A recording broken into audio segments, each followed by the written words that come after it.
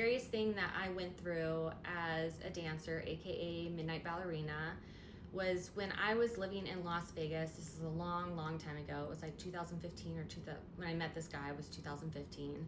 I met a gentleman and he was a very wealthy man. This man used to own a gentleman's club, so he understood like the lifestyle, and I liked that about him. I started dating him, and we eventually had a falling out.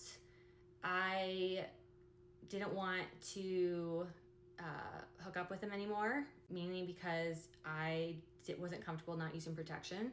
He actually came into my work at the club, one of the clubs that I was working at in Las Vegas, and he threatened me because I didn't want to have, I didn't want to sleep with him again without protection.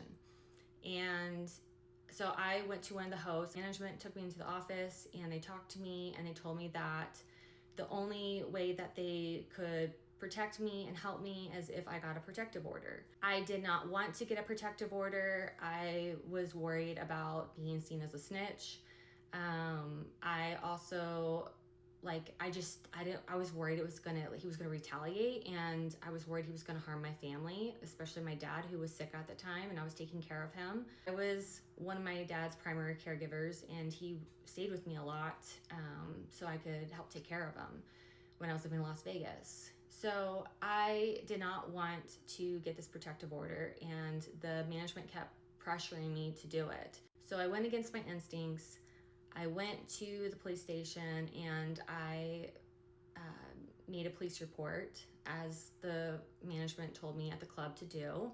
I got a protective order, and I came like the next day. I came to work and I told them, the management, I was like, hey, I got the paperwork. It's in my locker if you guys want it. So for your record, make sure that this guy doesn't come back in the club, because I was terrified of this guy.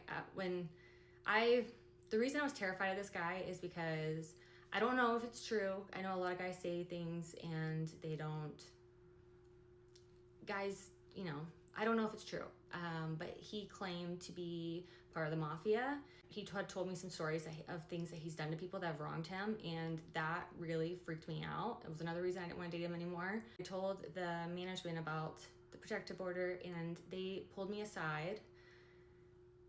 And I'm not gonna say what club it is because I don't want to get in trouble, like sued. But it's so disappointing that this club did this. I remember the general manager and one of the other managers coming up to me, and they talked to me. I thought that they were on my side and that they would protect me. And the general manager told me that if I did not drop that protective order, he would 86 me from the club.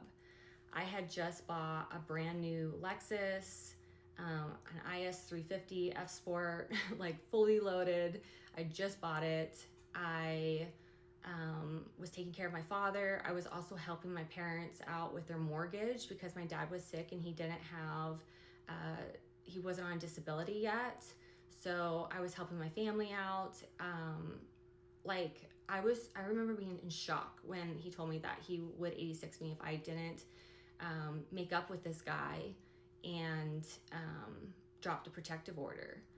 I remember just feeling pure terror when this manager told me this, because I literally was I didn't even want to get this protective order. You guys told me yesterday that you would not help me unless I got this protective order, and then I got the protective order, and now you're saying I have to drop it and make up with this guy, telling me to go back to this guy when I told him the whole situation. Long story short, I started working for a dispensary, and I went into hiding. I went by a different name. I cut everybody off. I just went dark.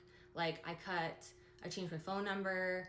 I moved out of where I was living. I was literally living out of my car. I was absolutely terrified of this man, and I knew that there was no one to protect me. And I was also terrified of what if this guy really is part of the mafia? What is he gonna do to my family? I was terrified, absolutely terrified out of my mind.